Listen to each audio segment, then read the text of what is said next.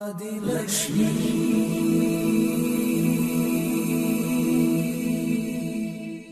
श्री धनलक्ष्मी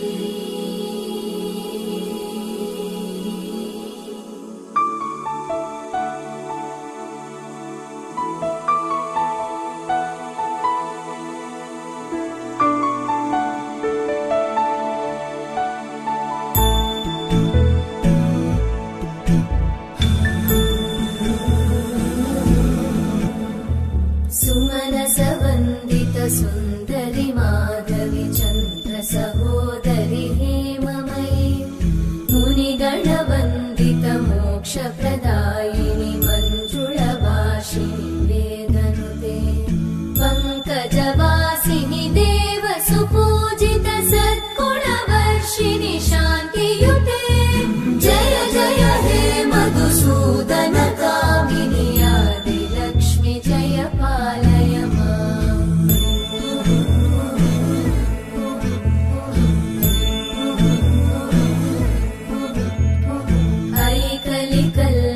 नाशिनि कामिनि वैदिकरूपिणि वेदमये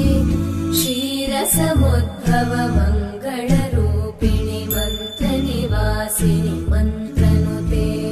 मङ्गलदायिनि अम्बुजवासिनि देवगणाश्रितपादयुते जय जय हे मधुसूदन कामिनि धान्यलक्ष्मि जय पालय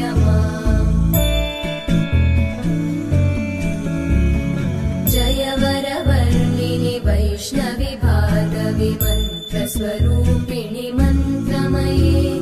सुरगणपूजित शीघ्रफलप्रद ज्ञानविकासिनि शास्त्रनुते भवभयहारिणि पापविमोचनि साधुजनाश्रितपादयुते जय जय हे मधुसूदन कामिनि धैर्यलक्ष्मि जय पालय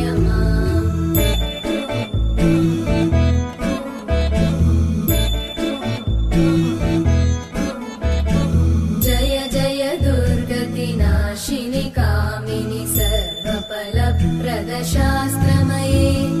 रथगजतुरगपदादिसमानुत परिजनमण्डित लोकनुते हरिहर ब्रह्म सुपूजित सेवित तापनिवारिणि पादयुते जय जय हे मधुसूदन कामिनि श्रीगजलक्ष्मी पालय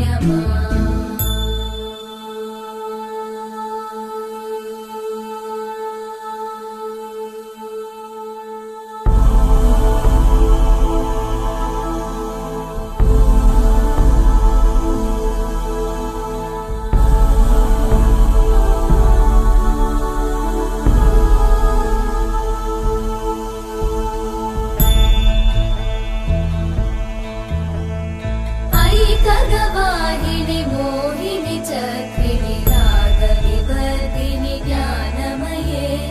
गुणगणवारिधि लोकहितैषिणि सकलस्वरवरगाननुते सकलसुरासुरदेव मुनीश्वर मानववन्दित पादयुते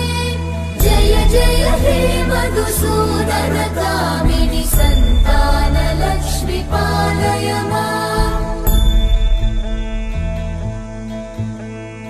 जय कमलासनि सद्गतिदायिनि ज्ञानविकासिनि गानमये अनुदिनमर्चित कुङ्कुमधूसरभूषित वासित वाद्यनुते कनकधरा स्तुति वैभववन्दित शङ्कर देशिक मान्यपते जय जय हे मधुसूदन कामिनि विजयलक्ष्मि जय पालय